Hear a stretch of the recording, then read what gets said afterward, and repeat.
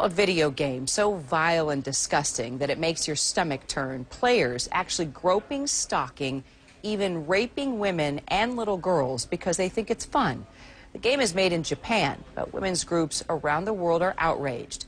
More now from CNN's Kyung La in Tokyo. Kyung, it's a story that definitely makes your stomach sick. Well, that's the reaction that a lot of women's groups around the world, and namely in the United States, are having that feeling after watching and viewing this game, or even just hearing about it. We want to make something very clear. The game has already been pulled from the shelves, but in our digital, borderless world, that's just the very beginning of the story. We want to warn our viewers that some of the information in this story you may find a little disturbing. The heart of Japan's electronics district, the world's games of tomorrow on sale today. On shelves in mainstream stores, plenty of what's known here as hentai games. Almost all feature girlish-looking characters. Some are violent, depicting rape, torture, and bondage in detail. Didn't take long to find a game where the object is revenge. Find and rape the woman who fired the player from his imaginary job. Most of this game we cannot show you. Hentai games are not new for Japan. This country has long produced products the rest of the world would call pornographic. But before the internet shrunk the world, it stayed here. A quick web search generates hundreds of Japanese games. Once a game goes on sale in Tokyo, it's digitized and shared everywhere. This one, called RapeLay, begins with a teenage girl on a subway platform. With a click of your mouse, you can grope her and lift her skirt. You, the player, stalk her, her sister, and her mother, following them on the train.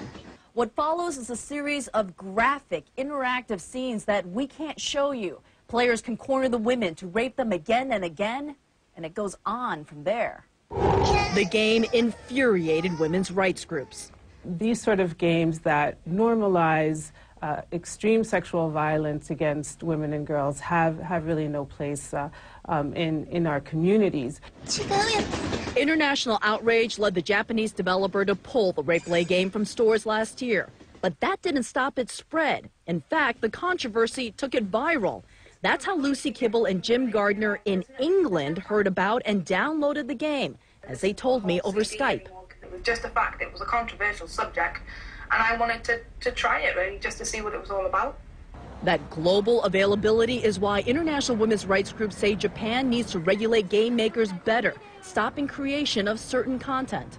What we are calling for, though, is that the Japanese government ban all games that promote and simulate sexual violence, sexual torture, stalking, and rape against women and girls, and there are plenty of games like that. How sensitive is Japan to this issue? Despite weeks of repeated calls to the government, not a single government official would speak to CNN on camera. They wouldn't even make a statement on paper. Over the phone, one official who would not allow us to use her name said that the government realizes these games are a problem, and it is checking to see whether self-policing by the gaming industry is enough. Sexual images are subject to censorship in Japan. For example, in the RapeLay game, genitalia are obscured. But Japan does not have laws that restrict video game themes. Did you feel offended as a woman? No, not at all. Lucy and Jim point out it is easy to find shoot-'em-up games, which no one seems to worry about. It's escapism. That's why people play it. So the idea of banning it, or telling people what they can and can't do just because on the off chance some kid might get involved in it, is just ridiculous. But women's rights groups say the interactive games step closer and closer to reality, and no one should play a game where the only way to win is to rape. In part because of the international pressure, there are a couple of proposals in Japan to talk about limiting and reining in child pornography. But Kira, there is no discussion as of yet on how to limit the assault of women in these video games. Kira?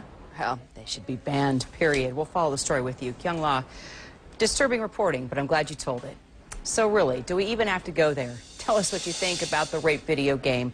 Just go to my blog at cnn.com/Kira. Post your comments. I'll read some of them on the air next hour. Thanks for weighing in.